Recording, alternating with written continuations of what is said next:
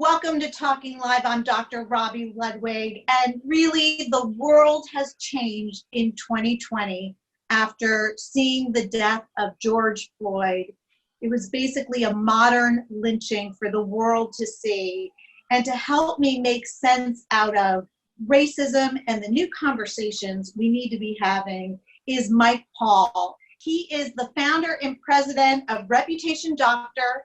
It is a global PR firm. He has helped me when I've needed his advice. He is a wonderful person. You've seen him on many national programs, and I'm so thrilled to have him here. He's very busy right now. Everybody wants his advice. Mike, thank you for joining Talking Live. Well, thanks, Dr. Robi, my buddy, my friend. We've known each other since, the Court TV days. Are we aging ourselves by talking about that? I know. And yes, I do PR. I specialize in crisis management, and there's a lot of crises going on in the world, including, as you mentioned, in civil rights. So thank you for having this important discussion. Before we actually got on the show, we were just talking about how the world has really changed. And, you know, I just think we need to make sense of what's going on in the world and to understand racism, why some of these ideas fell on deaf ears before now. Help me make sense of what you think is going on. Well, it's amazing you say that. I'm going to give the same answer I've given as long as I've been alive, but I think because of where we are in society today, with the momentum we have with ears of all types being open to hearing more about civil rights, here's what makes people uncomfortable, but I have to frame it this way.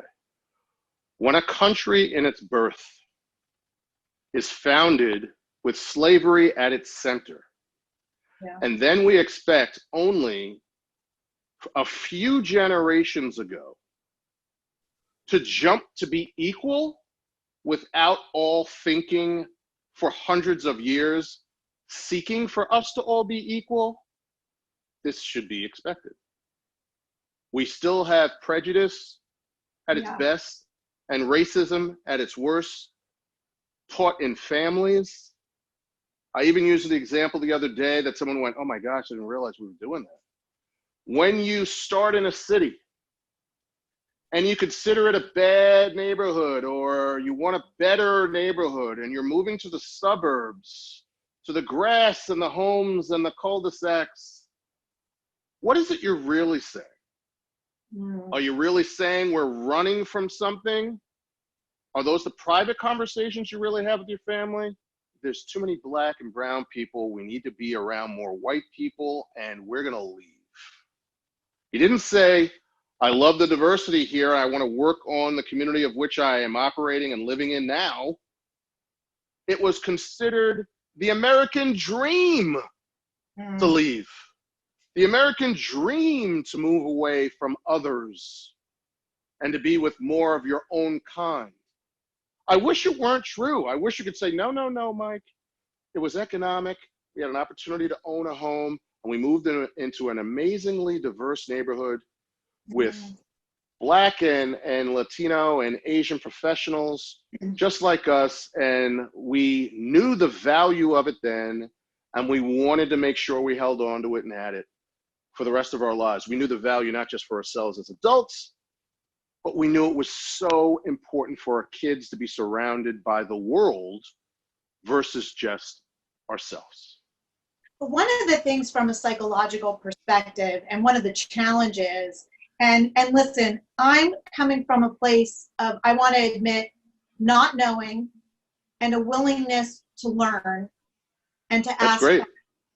And my new idea, and I really believe this, is, you know, when I would interact with my Black friends and Black colleagues, I just interacted based on what we shared in common. You know, I like you, I respect you, you're like me, you're passionate, and I didn't really want to go to the difference because I didn't think it was relevant, or maybe I thought it would lead to an uncomfortable conversation.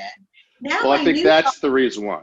That's the reason why. We're not comfortable being uncomfortable. Right. And so I think now if we're not having the uncomfortable conversations, we're not doing it right.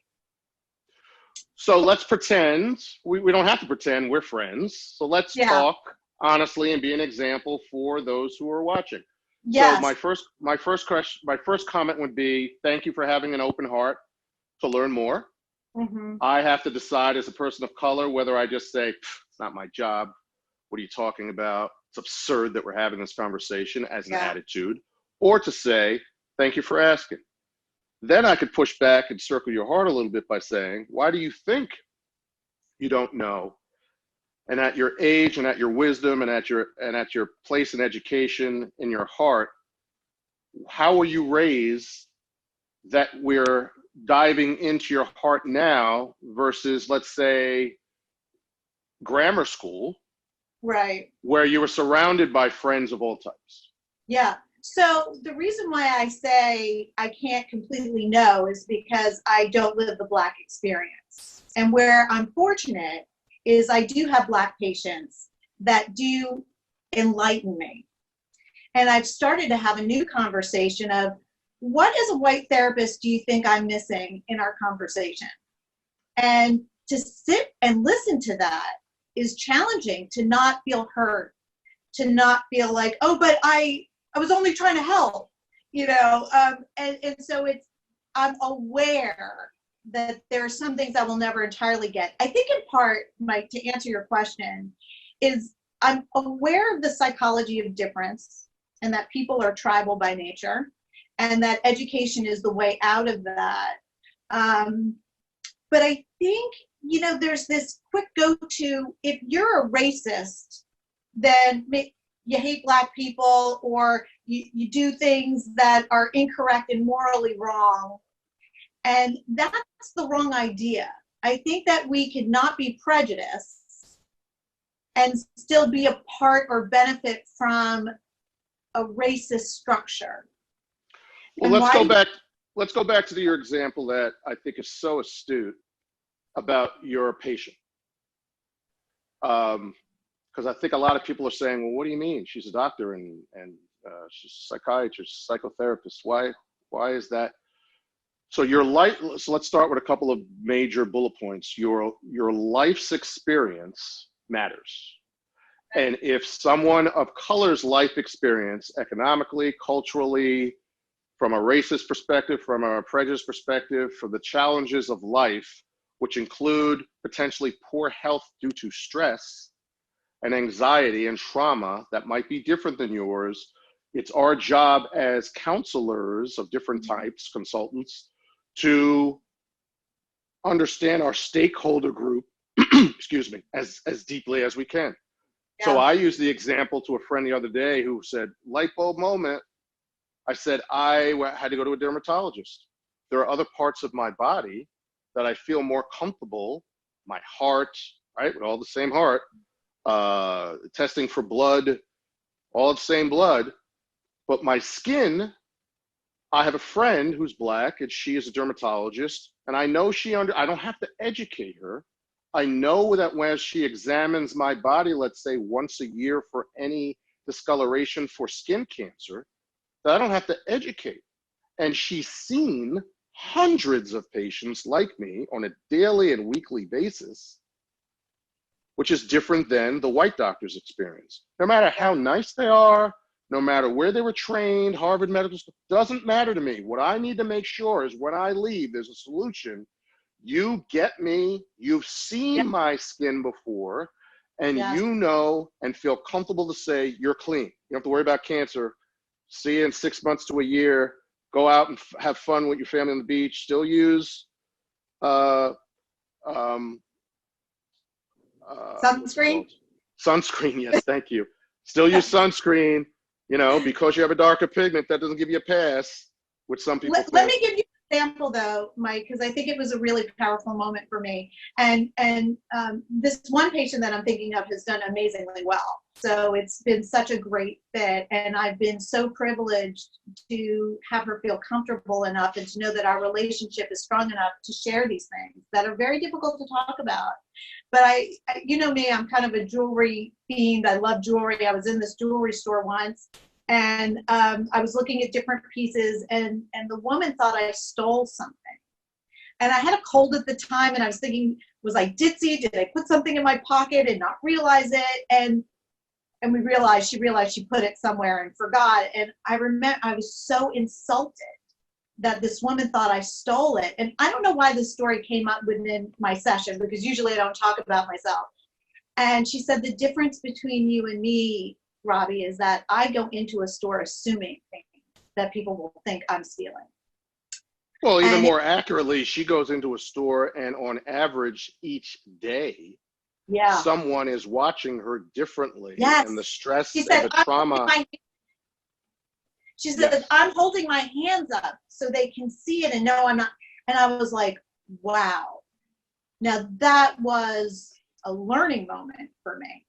You know, well, you remember our friend Oprah went shopping on Madison Avenue about 20 years ago to expensive shops that you have to be buzzed in, and she was denied. Wow. And she knew exactly what it was because it happened to her before she was famous.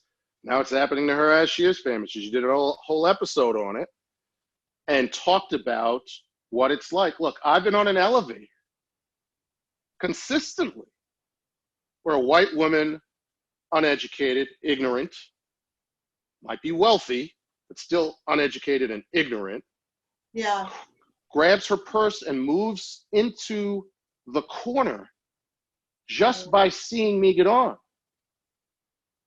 And by the way, I should be able to wear a hoodie. I should be able to wear a t-shirt and come from the gym.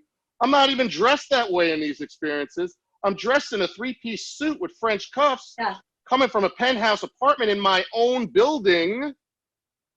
And her excuse is, oh, I was looking down, you know, like looking at your phone. I'm sorry. I said, okay, have a nice day. But and Mike, you're always fancy, by the way. You're always well-dressed and fancy. Well, that is, thank you, first of all. But I was taught when I first, before I was even in a full-time job, while I was an intern in college, by my family and mentors of color, dress the best. Take some of the weight off. Yeah. It allows them to see you, hopefully, with no excuse that you're a peer. Don't give them the excuse of having ratty shoes or holy pants, or you're better than that. You're well educated. But what they're really saying is, don't play by their rules. Take that issue off the table so that they can only focus on work and who you are. We shouldn't have to do that either. Let me ask you something, Mike, because it does seem there was this saying, when the student is ready, the teacher will appear. And I really think with the marches and the way people want to listen and want to be woke, if you will, there's a new readiness level to make that change that we should have made a long time ago, quite frankly. And just, I'm not sure why it didn't happen, but there's a resistance to change. And there's let's be more accurate, Robbie. It's deeper than that. There was a death of a man. Yeah. And there had been many men before him who turned into a tipping point change with even my white friends after 3 or 4 days going, this is going to die down soon, right? Like, I can't take 24-hour news about this issue. I'm totally uncomfortable. And even though I think I'm learning and I'm open-minded, are we going to go through this all summer? This is too long. And I've had to tell my friends I care about over 400 years. Yeah. And now you can't roll your eyes. This is true. I was chattel. I was legally able to be bought as a slave. Oh, not you, Mike. I'm not done yet. I know it's getting uncomfortable. Hear me out, I said to her or him. Then progress was you're 2/3 a man legally. That's equality. Then Jim Crow laws. Then hangings. Then you became a congressman or a senator you own a business. We're going to burn it down. We're going to kill you. We're going to hang you. Getting away with it. So Sorry you're uncomfortable by watching a news alert 5 or 6 days or 13, 15 days in a row. But here's my answer. I can guarantee you this isn't ending any day soon. I can guarantee you it's going to be a hot summer. I can guarantee you I just got involved with a conversation about the logistics, hoping for my help with the March on Washington.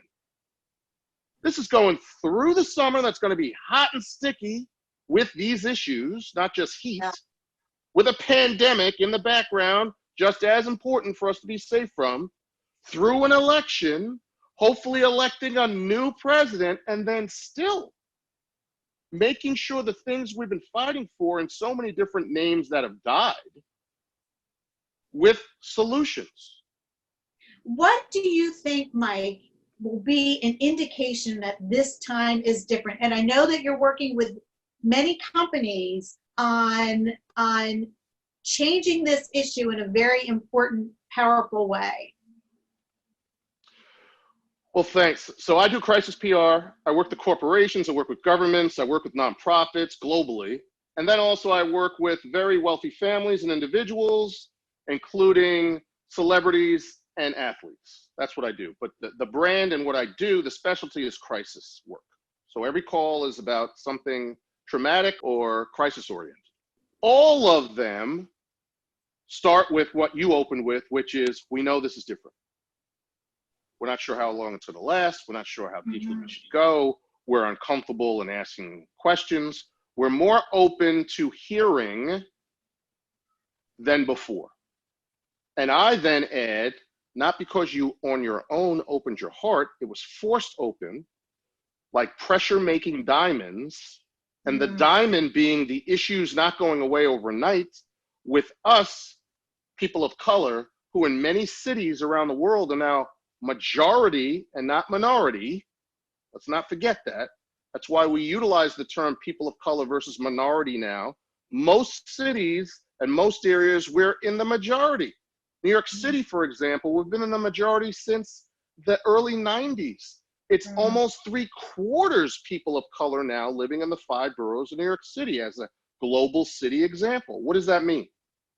Is it unfair to tell a president, a CEO, a head of a nonprofit, professional athlete, Hollywood, Broadway, everyone speaking out now, you should probably match the demographics of not only what you operate in, but who you serve as your clients or customers with services or products. They go, well, what does that mean? Let's look at the demographics of the cities of which and the places of which you have customers and employees.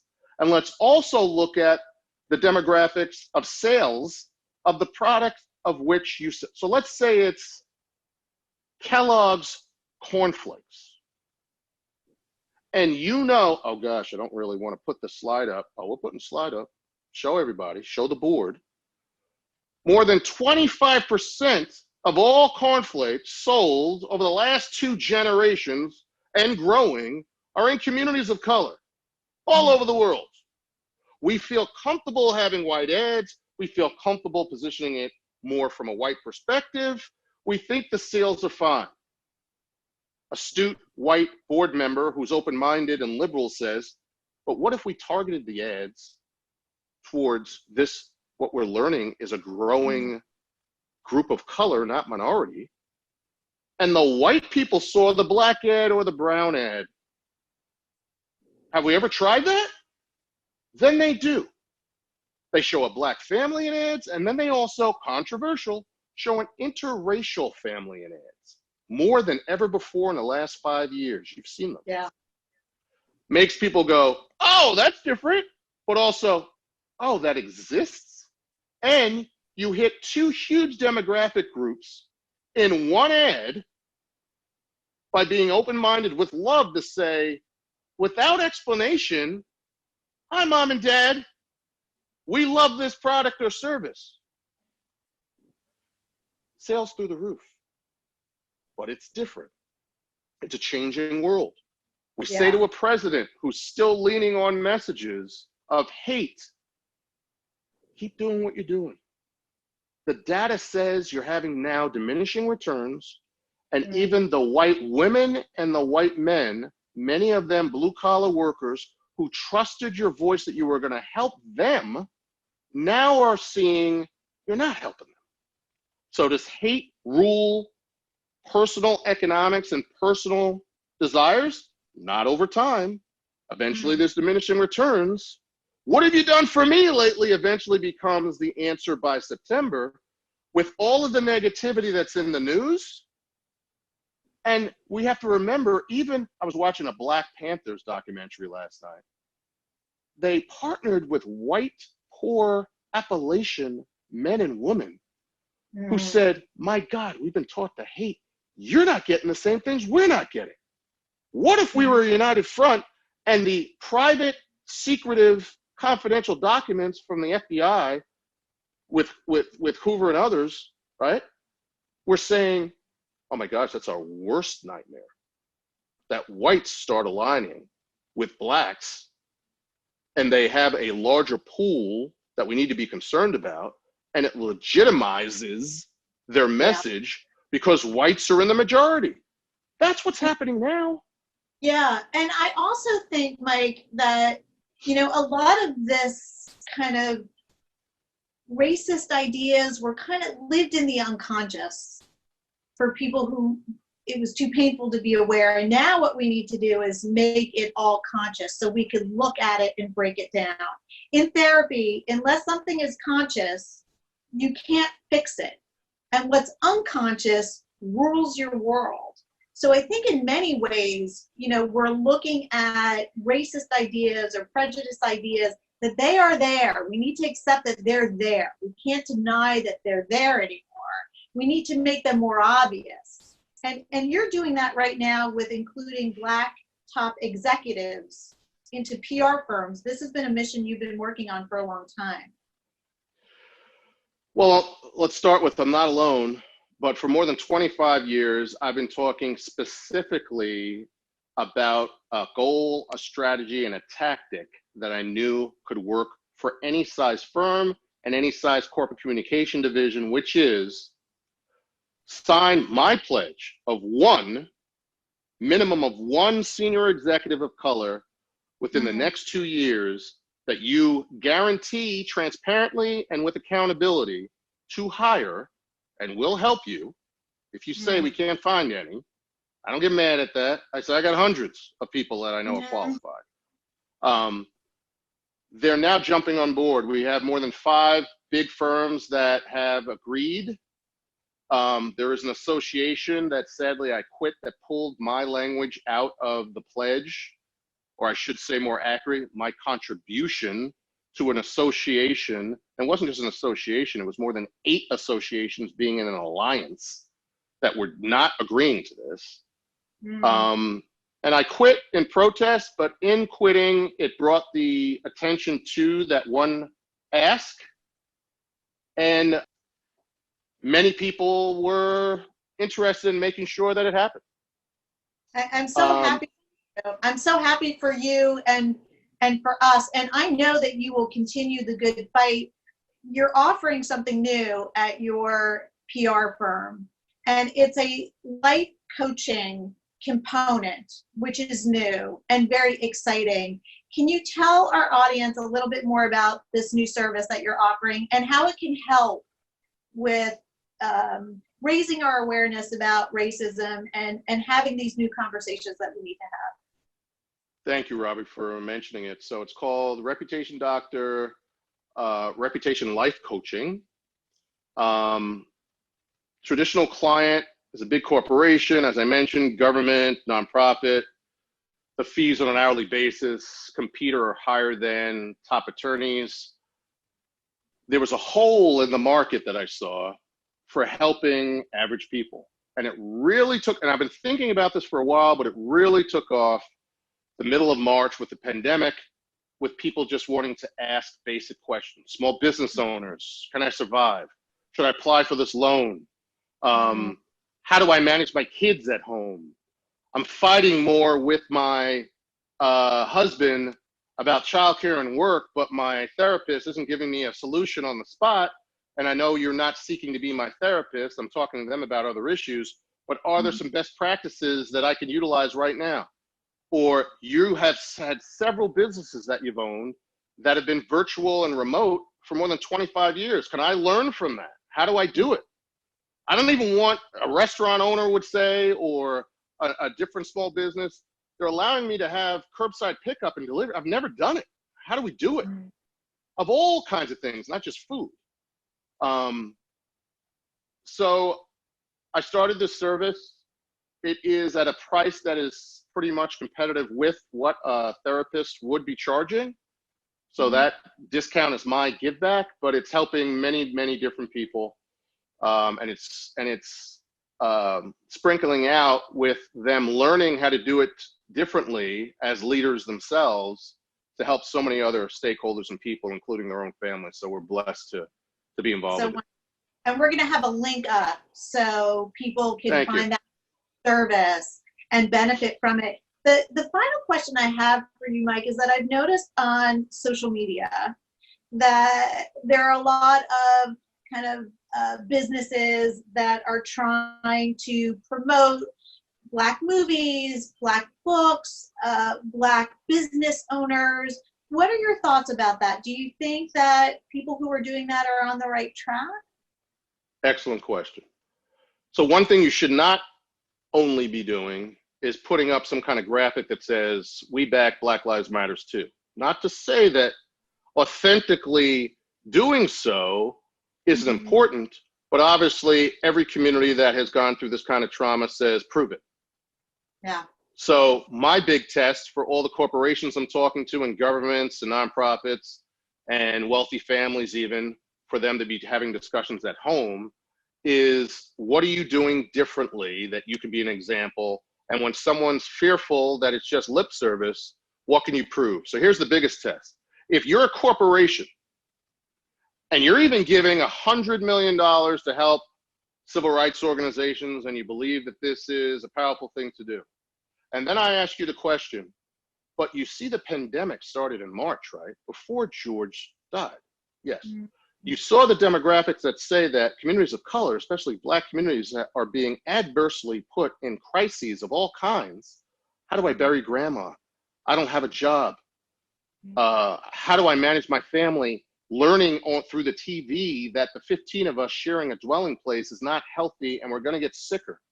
Do you have relationships with your own employees that you've checked out what their crises are? Do you care enough if you don't have those relationships in past? Especially, here's the irony, if the numbers are so low, it's easily doable, that you only have 2%, let's say, employees of color. Have you called them? Do they feel comfortable to tell you they don't have enough money to bury their grandma? Oh, Mike, God, why are you using that example? Look at the data. On average, somebody's grandma needs to be buried, sadly. Somebody's parent died. Somebody lost their job. Somebody has an unsafe environment at home right now where there's more than 6 people in the house. When you assume, well, how's grandma doing? Where does she live? Grandma lives here. What do you mean? On average. Oh, I didn't know that. I know you don't know that because you don't know me, but you need to find out. Those are the examples that I get very personal with CEOs. I get very personal with their boards. I tell them I care about them. These are the conversations you should be having that you're not having. And here's what I also make them feel guilty of. You did that with your own family. The very first thing you did was to make sure that you had a conversation with your family about the rules to make sure that you were going to be safe, but you didn't think of your employees as family. That's the mantra. You can close your eyes. And by the way, if you have a crappy family experience, then do better than the one you have. Yes. But the rule to start is treat us like family. What does that look like? Think of me as your son. Think of me as your daughter. Think of me as your wife. What are the conversations you're having? Yeah. And then have deputies. You can't do it all if you're the CEO of a global corporation. But if you say, by the end of next week, I gotta have a collection of relationships that we now form with people who could be in crisis, I want to know. So let's pick up the phone. Let's start texting an email. Let's say, I know that I didn't do this in past, but I care. I truly do. How are you doing? And I want to know the details. Is your family okay? Do you have enough money? I've been getting texts from people who are saying, Mike, can you help me raise some money or donate to help bury someone's grandma? Mm. How many of those do you have? And I'm also wondering, I mean, do you think also it makes sense for those who are maybe not CEOs of big companies, and I realize you do interface with very big companies, to provide a platform for people to share their experience, or to hear more diversified, the Black American experience, and to find a way to incorporate that into their business? Well, there's a pushback on that too. So many businesses, small and large, regurgitated is what people text me because they don't like it, regurgitated their mission statements of a lack of tolerance for racism and prejudice in a company, and and then they mention the affinity groups that they have. We have the Black group, we have the Latino group, we have the women's group, we have the gay group. Where we have sounding boards on that's the average corporate statement that was comfortable that came out of a conservative company in the last week. What I say is that means nothing. That already existed. What's different? Mm-hmm. Do you know me? The questions I just asked don't get fulfilled by that because they don't feel comfortable that you don't go to those meetings. Have you sat in on one? Even for the optics of releasing the photo and video of doing such to show that you're a proactive CEO and you did it once, or senior executives external to HR being there, or your boss showing up and saying, hey, how you guys doing? Wow, I didn't know you were going to be here. Even if it was Black History Month. I care, I want to learn. You guys mind if I join? You can kick me off if you want. No, stay. On a monthly basis, mentor, sponsor, befriend, call, and I use this as an example. I have peers in my industry who say I'm their friend, and I hurt some of their hearts this month by saying, you're not my friend. Oh man, Mike, that hurt. I've known you for 30 years. Yeah, you have known me for 30 years. What's my wife's name? What are my 2 kids' names? Where are my homes? Do I like the boat? Do I like the beach? Where's my father from?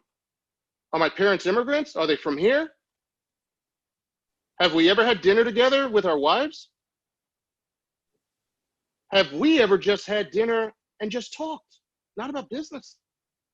If the answer to all those things are no, at least my definition of a friend, you're not my friend. You're my colleague. I'd like for you to be my friend. I told that to someone that was at a Yankee game, and it really hurt his heart. It was sitting in his booth when I told him it. We have become friends most recently because we went deeper. Yeah. And I was driving to Jersey, one town over from where he lives, dropping and picking up my stepson every week, which he knew. I mean, he felt embarrassed.